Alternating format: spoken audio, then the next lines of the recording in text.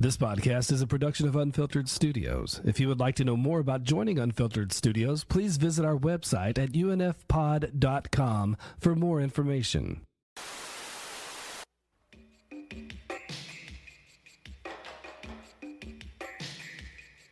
Stay awake as you're waking up. Wake up this morning. How are you? Bring toothpicks. You pinch open your eyes. Can we talk about sex? We discuss sex. I have to give sexual homework. I wouldn't do that if I was you. I'd lose a finger. I won't be able to count to 10. At a tough school, someone had to take a stand, and someone did. Now the critics stand up and cheer for Stand and Deliver. Terrific, tremendous, gripping and compelling, more exciting than La Bamba. Olmos gives a wonderful performance, declares Jack Kroll, Newsweek. Enormously inspiring and very rewarding. Olmos gives the first great performance of the year. Jeffrey Lyons, sneak previews. And Pat Collins, WWOR-TV says, stand up and cheer for a movie with heart. It's the Rocky of the classroom. Edward James Olmos. Nethead. Lou Diamond Phillips. Stand and Deliver.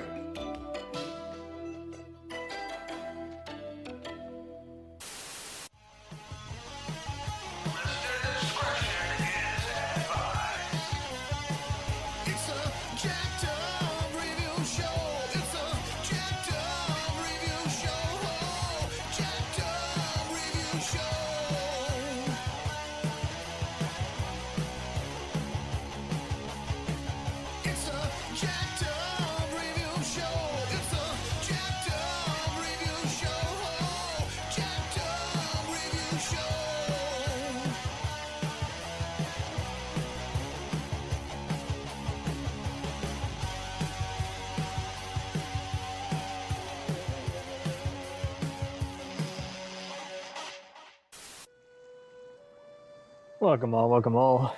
As usual, we'll often have multiple chats, sometimes in 2 hours, and we'll just go on so many just various detailed chats to where it would be criminal to just have it be a discombobulated mess. And so I always make a aim from this point forth to just always split them up and have some intros to each different mini chat. And in this case, we were talking about our favorite movies, me and the duo from the Predator Movie Minute. That's a podcast that summarizes movies 1 minute at a time, and they chose the Predator movie franchise.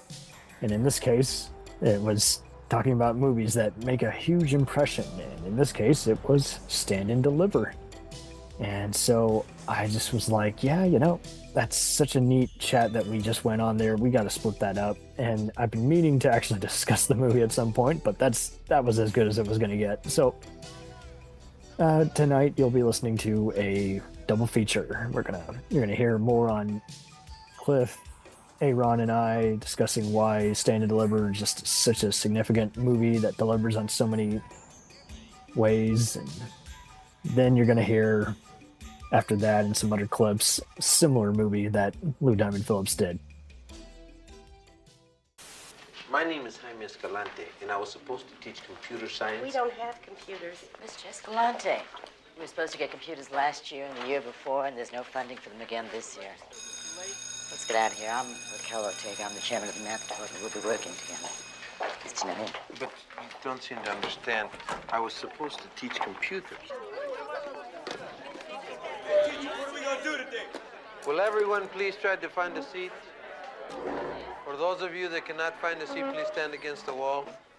Hey, let's put our desks in a circle and discuss our feelings, huh? Read this paper, essay. One body to a desk. Hey, listen, I hear your company's pushing whole hog and 2 PCs. I don't work there anymore. I'm teaching high school now. Here's your thingy. Wow.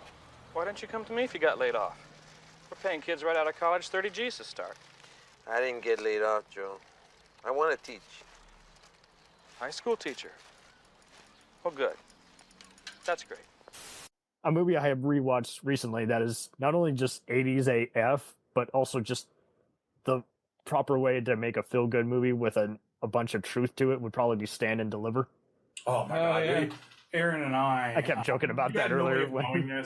You walked into that on that one because We are huge. Well, I guess you would have known this because A-aron, as mentioned, his love for Edward James Olmos, and he's a teacher. Yeah. Hey, A-aron, let's do it. And now, listeners, it's going to sound like we got Edward James Olmos from Stand and Deliver into Deliver Line. This is not true. What we actually have is my friend A-aron, that's a good friend, doing an impersonation now. It's not actually Edward James. Please do not write to him on his various social media saying, Edward James Olmos, that was so cool, you're on the skit. Yeah. It's not him, but here it goes. Yeah. Edward James Olmos. Hey, I teach your kid calculus. I famously, my friend Mark O'Brien referred to him as the goalie for the dart team. Because of the marks on his cheeks. Yeah. I love it. Brutal. Yeah, that movie fucking rules, by the way. A friend of mine is a younger man, and he is of Mexican descent. And he's like, once he saw it, he's like, fuck yeah. So he started wearing the, like, Vato stuff from, like, Lou Diamond Phillips and shit. You know what I mean? He's like, I teach you calculus, even though he's like 20s. He's like, he was like, yes. There's some other Easter eggs in there, too. They mentioned aerospace, which super is... famous actors, obviously. Right, but, like... Because he walks in, he actually says that.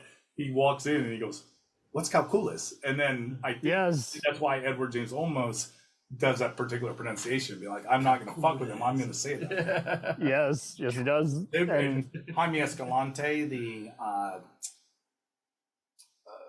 actual real life person that they're referencing. They actually went to his funeral.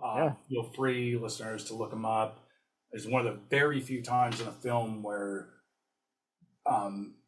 they're like deifying someone and they don't do enough. Like, he's better than real life. Right. Like, all the stats they give, he was better than. He was like more of a hero than they're admitting. Yeah. Fucking kid. They had the tone. They was pretty. Right? They didn't have to dramatize him that much. Real life Omar lived. They're like real life Omar. Yeah. Oh, if it was Omar Little, I see what you did there. That guy jumped off of a 7-story building and lived. It's like they had to kill the one because they're like, no one will believe that dude. Yeah. And there's some other Easter eggs when I rewatched it recently. I saw that aerospace is a corporation they mentioned. I've actually done security for that chain. Is like, see, oh yeah, that's right. It's funny how there's all these aerodynamic companies that existed then but existed now, and they do talk about engineering and mathematics. But I think everyone needs to watch it now that SATs are still a thing and no one. Yeah, and honestly, education is under attack, and also I think in real life, Jaime Escalante's real life students, a lot of them ended up becoming famous, especially the students were really JPL, talented in real life and on to do like NASA and JPL stuff. I mean, I think I love it even more. They went to the guy's funeral. It wasn't just, hey, we validated you on film, you made our careers. It's like, you're a good dude, we brought your story to life, we gotta go to your funeral, and honor you and pay for it.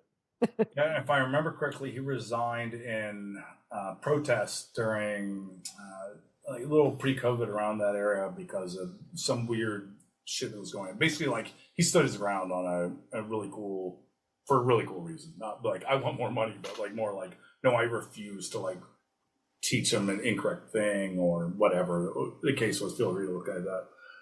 But teachers what a cool guy, and what a good job by Edward James Olmos. Yeah, Stand Deliver is an excellent answer, by the way.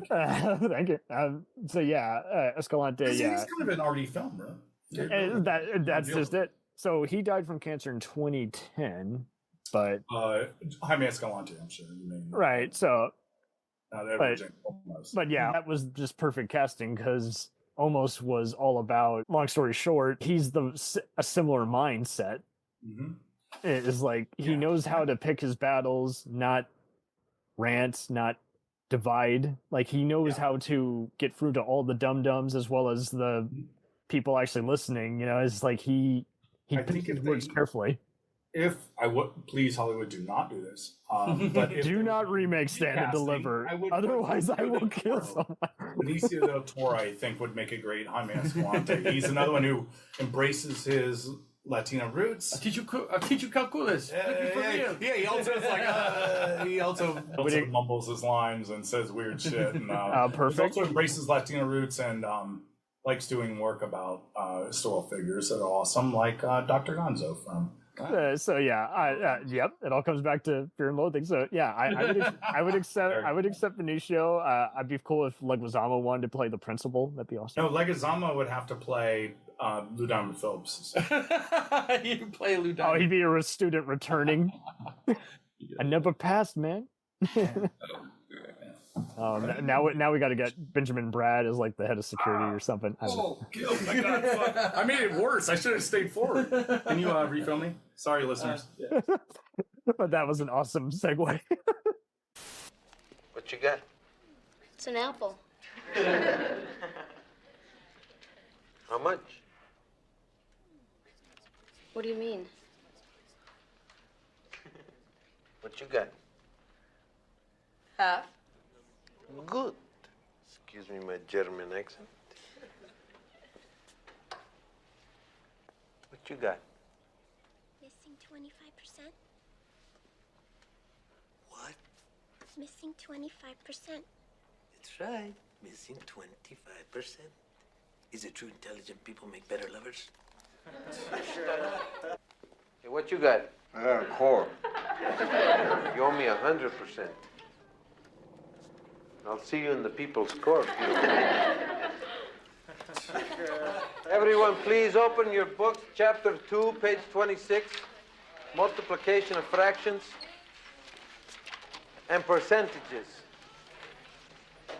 25%, 50%, 75%, and 100%. This movie was just always shown, just like throughout junior high and high school. Like so many teachers love this movie because not only is it just feel like a very plausible description of a teacher, how they give their life, they give their blood, but also just the students who actually are trying, but they got all kinds of barriers. We're not talking language gaps. We're not talking being even just simply late. We're talking just they're smart, and it's just showing how broken we are still years later with the testing system. And we got all kinds of distractions. Sometimes we're just smart, but we're terrible test takers. It really, looking at all the research about this movie, it apparently was pretty well researched. Heavy involvement from the actual high school teacher who worked at Garfield High School, James A. Garfield to be exact, in East LA. And the teacher was James Escalante in the early 80s. And this was definitely one of the many movies I first saw Edward James Olmos in, outside of all his famous TV shows. Just, again, he got a rightful Academy Award nom for Best Actor, and the film won 2 Independent Spirit Awards. The Mr. song was just a proper add-on in the credits, actually summing up all the progress. And the film has been adapted into the National Film Registry by Library of Congress in 2011 because it is absolutely culturally historical, relevant. I have not seen it on TV at all. If it was, it might have been something like VH1 or Spike TV, maybe A&E or something, but I'm really flattered but also happy at the same time. Had so many people have seen it. It's both a critical hit, but it's kind of a cult underdog movie. Like, it's just, it should be seen more. It's the perfect example of how to make an emotionally just relevant movie. Anybody can relate to it. It's not that kind of 80s movie where it's outdated and everyone seems like asshole. I see so many people as like that's what they know many of these actors for, aside from, again, Lou Diamond Phillips, you know, being mentored by actor Olmos. The rest of the cast apparently was mentored as well, basically, to where, you know, this is, for a lot of them, this is their best known movie, as well as some of the few movies they actually made. One of the actresses, unfortunately, got shot by police in an LA drug bust. Really, really sad stuff, and I'm not going to go into detail on it because it's not the main point of this, but fortunately the rest of the cast has actually done some reunions that you can find on YouTube, which are just an absolute delight. Talk about 15 minutes of fame. Like, it not only shows how you can go beyond what your peers believe you can do, but also just challenge yourself. It was co-funded by American Playhouse, PBS, you know, film industry, and Warner Bros. Distributed. But yeah, Raymond Menendez is just an absolute underrated director himself. He's done so many great Latinx movies. He's a Cuba native who grew up in California and went to San Francisco State University and UCLA. And he started off as an assistant director and co-star in Oliver Stone's Salvador, and has constantly worked with film producer Tom Muska. And I got nothing but positivity. Like, again, this movie just energizes you. There's so many neat scenes, and when I've been rewatching it lately, I'm like, man, I knew it was good, but I didn't know it was this good. Like, that's a good movie when it just, you get something new out of it every time. The truth feels real. Kring Safan's music score is non-intrusive. Tom Richmond, the cinematographer, he's done all kinds of stuff. A lot of gangster and war movies. Rightfully nominated, because, boy howdy, he knows how to give this movie more than it deserves. And don't get me wrong, it deserves a lot, but like, there's nothing worse when you see a movie that's good but has sloppy editing or a few plot holes or something. And definitely one of the first serious but non-crime related roles I saw Andy Garcia in, as an inspector from the Educational Testing Service.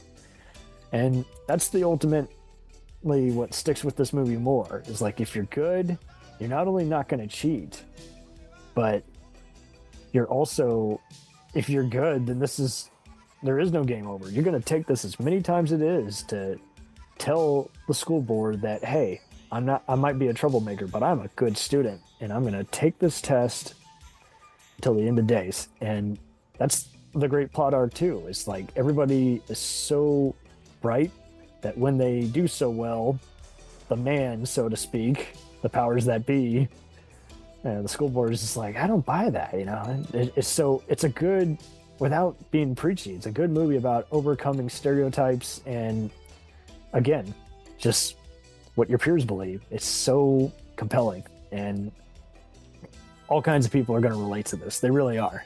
And Edward James Olmos has the right momentum, and I love how he basically was instructed by director and writer Raymond Menendez to basically be an actual mentor as an actor. So I think that's so cool, because he did a similar thing like that on Battlestar Galactica, where he was literally, everybody's following his lead. They're like, yeah, Olmos, the accomplished theater and film actor. Yeah, let's follow it. And there's some other stuff in the movie that's, well, again, you know, it's just very startling as well as amusing. That's just it. But like, it feels very well inserted, like a good way to up the dramatic stakes of the movie. And I'm not doing it justice. Everybody, fucking see this movie, please. And enjoy the rest of the show. Well, we harp on some other fun stuff about it. And so listen to us talk, and as well as some other clips from the film. Talk later.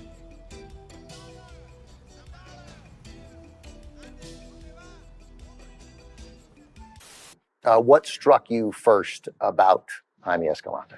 Uncanny humbleness and ability to really understand. He was a genius. In Bolivia, where he was born and raised, he was a professor. And then when he came to the United States, he had no credentials because they didn't accept any of his educational system from before. So he came here in the 1960s and started from scratch, going to East LA Community College, then he went to Cal State, and then he went on to get his master's degrees. And all the degrees that he had in Bolivia, he got them here. And then went on to become a creator of software.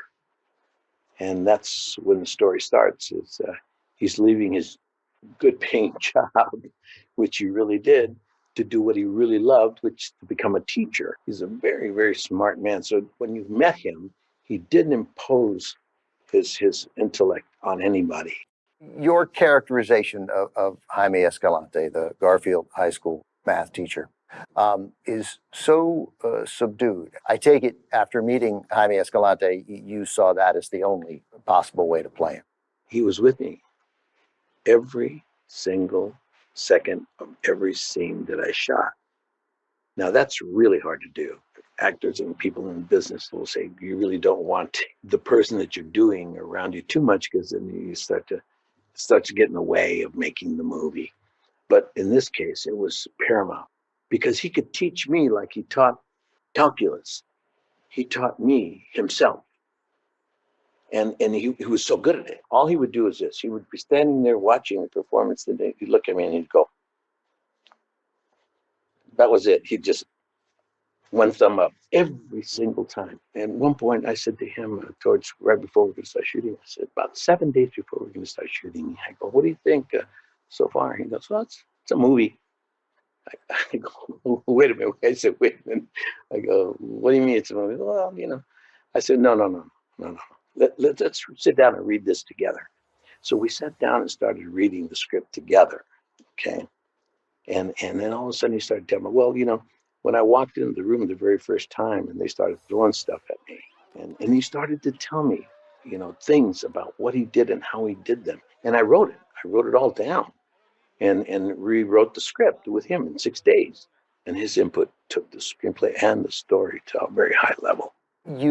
Alrighty, now that you've heard that, let's talk about a similar movie in a class of his own. This is a good movie. I'm so glad I made time for it recently. It's very intriguing. It's very stellar. And man, all kinds of actors are in this movie.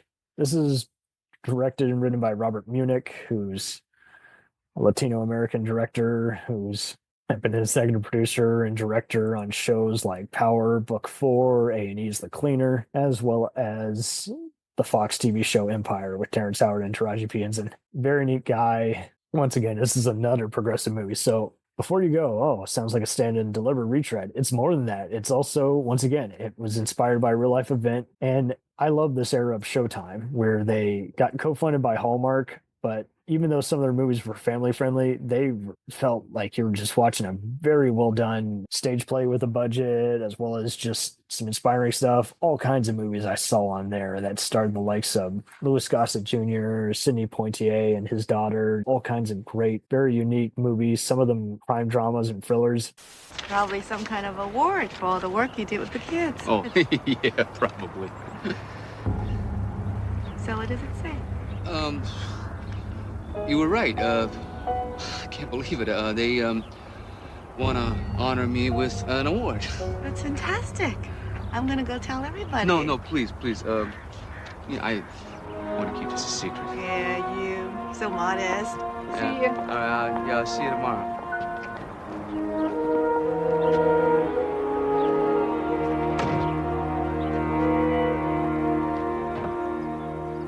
In this case, we got a pretty straightforward drama, and I'm in it from beginning to end. Some of the music is so 90s, but it's not to the point where it just takes you out or makes you feel like a cheap TV film. It's definitely a medium budget movie, but very well handled. It's streaming on Tubi and Peacock. Again, very stacked cast. If you look at any of these actors, you know them from every other Canadian film show. I'm talking X-Files, Battlestar Galactica, Stargate. We got all kinds of great actors here. Cara Buono, who was on The Dead Zone and Sopranos, AJ Buckley from SEAL Team and Justified.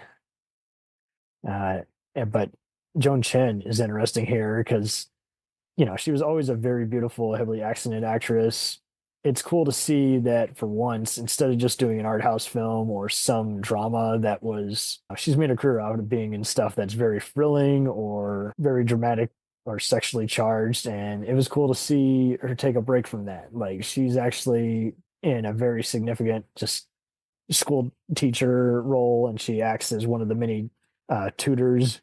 That was cool too, because don't get me wrong, she's a decent actress, but she's been in some bad movies in the past where it's like, man, you're a good actress, but you had no business being in that dumb mystery or action movie. I gotta absolutely 1,000% disagree with all the reviews on here. This is not a cheesy Hallmark movie where the music plays and you're like, this is too soapy or over the top. No, nothing of the sort. It was not anywhere near that dumb or that cliche. Still, a lot of people saying not compelling. It's pretty compelling. You have to have just not been in high school or have any empathy to not get anything from this movie. It is not a movie where it's so cliche and everyone's unlikable. Yeah, in this case, so Lou Diamond Phillips plays Rich Donato, and he's basically a janitor who's also a mentor and helping people out, kind of also doing 3 different jobs at times. Teachers don't get paid enough, but man, can you imagine being a janitor? You're well paid, but you're also doing 3 other jobs for people. They have Tom McBeath, who's a reliable character actor, as the hall monitor, who's basically overseeing this. And there's a really neat plot twist for along the way, where it's like, again, in order to keep his job, he's got to take this, Donato's got to take the exam. But then they add another deal, which, much like Stand delivers, no pun, on exactly what they're saying. It's like, yeah, if you're so good, you're going to take it again. It's filmed in Canada, but it really doesn't show. And trust me, it doesn't specify the exact city. And I mean, it's in Oregon, but they don't specify which high school. But I also like that. It's like the filmmakers are really inspired without feeling like an overblown gimmick at just showing how every time Donato takes a test, just the words start becoming unclear to him. And so it really is a plausible explanation, especially if you suffer from anxiety or ADHD, attention deficit disorder. It sums that up, and how stuff that makes sense to you all of a sudden doesn't. Especially, so it really does bring up just the annoyance of taking a test and what happens from that. And I love how the students all become compelled once they find out the secret to help them out. And, there is some occasional mild language. It's a PG-rated movie, but it doesn't get to the point where you're like, that's cliche, or people don't talk that way. And apparently the real Rich Donato, on which this is based on, apparently plays a parent in the auditorium. But yeah, aside from the cast, especially if you recognize any of these character actors, do yourself a favor, just check out this movie. This is how to make a proper indie movie, or TV movie for that matter. And its budget really doesn't show, and it made me feel so damn good. I was thinking about it for weeks now. So that's the sign of a good movie. And again, not on the caliber of Stand and Deliver, but compelling nonetheless. Please take my word for it. There's so much filth and anxiety and annoyances in this world. There's so much depressing material to find out about. Just watch this movie, and hell, watch it with some other if you're a teacher, watch this with your after school class. I guarantee you guys will all connect. You will all understand what each other's going through. Life is not a game that you play. You actually want to do better and you want to improve.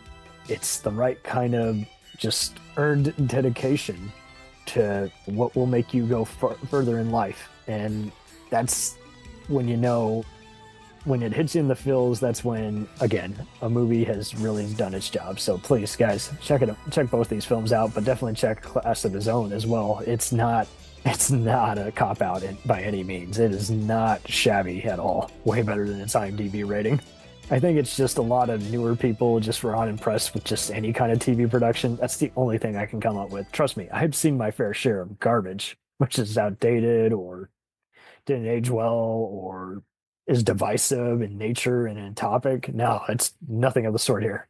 Go check it out, especially if you just want something relaxing to put on that still engages your brain. All right, that's all, folks. Hope you enjoyed listening to this. We'll return after these messages. If you like small-town mystery, crazy news, and wild history, then the Florida Men on Florida Man podcast is for you. Each week, Josh Mills and Wayne McCarty bring you the absolute best Florida has to offer. So if you're looking for a show that's safe for the family, but funny enough to help you escape everyday life, then listen to the Florida Men on Florida Man podcast. That's Florida Men, plural, on Florida Man podcast. Hey, it's Brent Pope, the host of Breakfast with Brent Pope. You've seen me on some of your favorite TV shows saying things like, "Give it up, Jimmy. You got to sink this putt to win." On Breakfast with Brent Pope, I sit down with guests from the entertainment world, and we do it all over breakfast. Or should I say Brentfast? Every week on Brentfast, you get inside Hollywood info and tips, great breakfast wrecks and booty debates. Most of all, you get the most delightful 30 minutes of your week. So dig in. It's Brentfast time. Listen at Brentfast.com, Apple Podcasts, or wherever fine podcasts are found.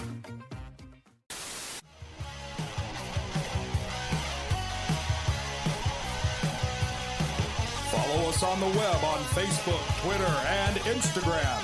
The podcast is available on Podbean, Spotify, iHeartRadio, Anchor, Apple, and anywhere else podcasts are available.